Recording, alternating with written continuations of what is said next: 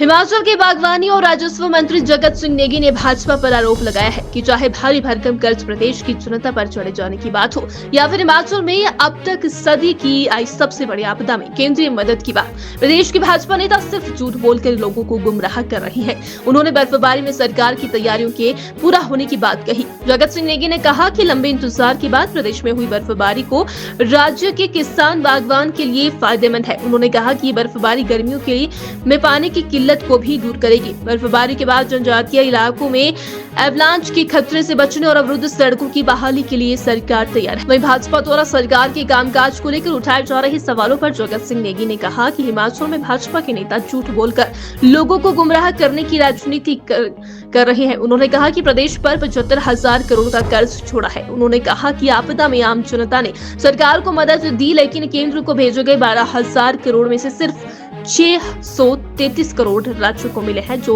ना काफी है।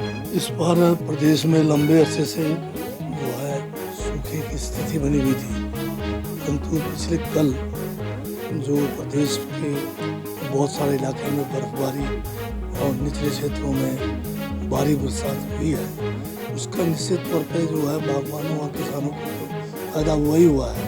वहाँ पर जो हमारी वन संपत्ति है, जिसमें भी जगह जगह पे जो आगजनी घटनाएं घटी, उसके ऊपर भी रोक लगी है। तो बहुत शुभ जो है एक हुआ है कि हमारे यहाँ पर अच्छी जो है बारिश भी हुई और बर्फबारी भी हुई।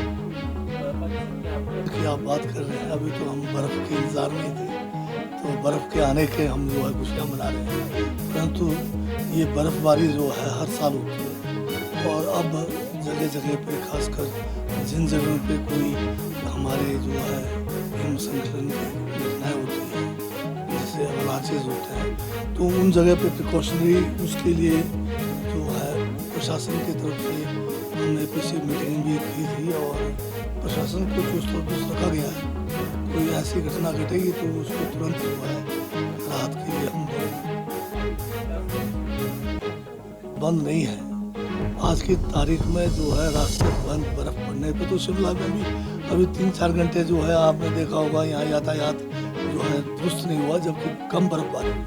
तो ये तो एक कुदरती वो है, तो उसको साफ तो करना पड़ेगा। तो जनजातीय क्षेत्रों में भी बहुत सारे हमारे जो है राष्ट्रीय उच्च मार्ग हैं, जिसमें हमारे बॉर्डर रोड ऑर्गेनाइजेशन उनका दायित्व है और वो भी लगे हैं सफाई, बर्फ की जो है सफाई के लिए। तो बाकी जो लिंक रोड्स हैं उसमें हमारे पीडब्ल्यूडी विभाग की तरफ से हर साल जो है इसकी जो है सफाई की जाती है और हम जो है तेजी से जो है यातायात को दुरुस्त रख रहे हैं।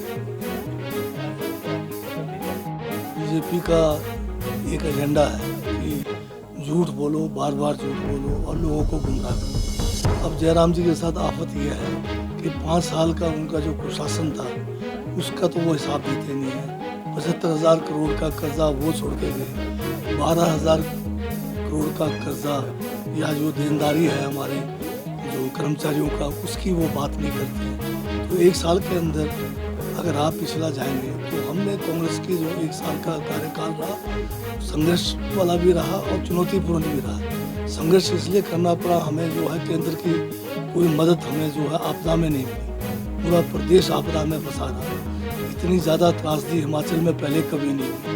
हज़ारों लोग बेघर हुए, हज़ारों के मकान चले गए, हज़ारों बीघे ज़मीन बह गई, सड़कें, पानी की योजनाएं, बिजली की योजनाएं सारी प्रभावित हुई। केंद्र सरकार से हमें क्या मिला?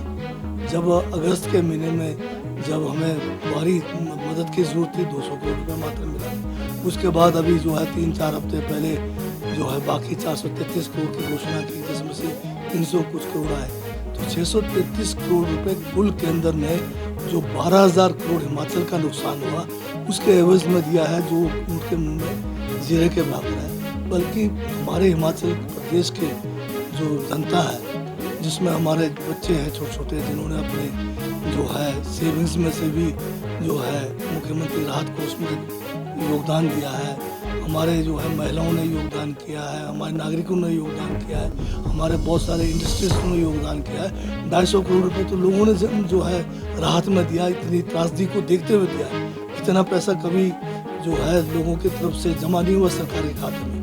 तो लोग जानते थे कि हिमाचल में बहुत बड़ी त्रासदी आई और केंद्र सरकार ने कोई सहायता नहीं दिया। और जयराम जी जो है सिर्फ जो है ये जो है कागजी जो है बयानबाजी करते रहे और कुछ नहीं किया।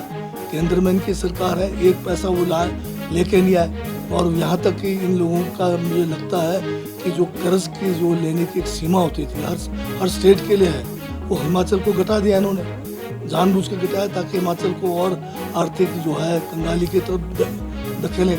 ये केवल हिमाचल को जो है नकारात्मक जो है बयानबाजी करके और केंद्र में इनकी सरकार से हमें जो है हमारे ऊपर हर तरह के अंकुश लगाकर हमारे साथ जो है ये एक हिमाचल के हितों की रक्षा नहीं कर रहे, बल्कि हिमाचल के विरोध में जयराम जी का बयान है।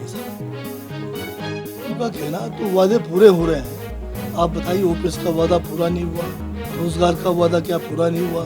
क्या हम जो है दूध खरीदने की जो हमने योजनाएं बनाई उसको पूरा नहीं कर रहे? तो उनको सबको ये भी समझना चाहिए कि एक साल का समय हमारा किस किस्म का रहा, आपदाओं से भरा हुआ जो एक समय रहा है, उसमें हमें जो है ठीक है निश्चित तौर पर कि हम जो है कुछ और आगे करना चाहते थे, उसमें हमारे जो है पाँव रुके हैं। परंतु आने वाले समय में तो हम एक एक चरणबद्ध तरीके से अपनी गारंटियों को पूरा करेंगे। ये लोकतंत्र है, लोकतंत्र में अपनी राय रखने को सबका अधिकार है। अगर वो कुछ कह रहे होंगे तो अपने हिसाब से किसी जगह पे ठीक भी हो सकता है।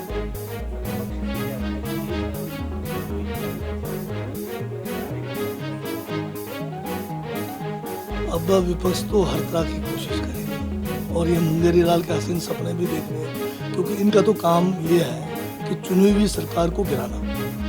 और वो आपने पूरे हिंदुस्तान में देखा हुआ जिस किस्म से केंद्र की सरकार ने एक एक करके चुनी हुई सरकारों को गिराने में जिस किस्म का इन्होंने एक नया एक तरीका अपनाया और जो लोकतंत्र को कमज़ोर करने वाली एक कोशिश इन्होंने की, कोशिश बल्कि ये हम कोशिश नहीं कहेंगे बल्कि एक षड्यंत्र किया है कि भाई आप चुनाव से नहीं जीतेंगे तो ईवीएम से जीतो, ईवीएम से नहीं जीतोगे तो फिर आप जो है विधायकों को जो है खरीद फरोख्त करके आप लोकतंत्र को कमज़ोर करो।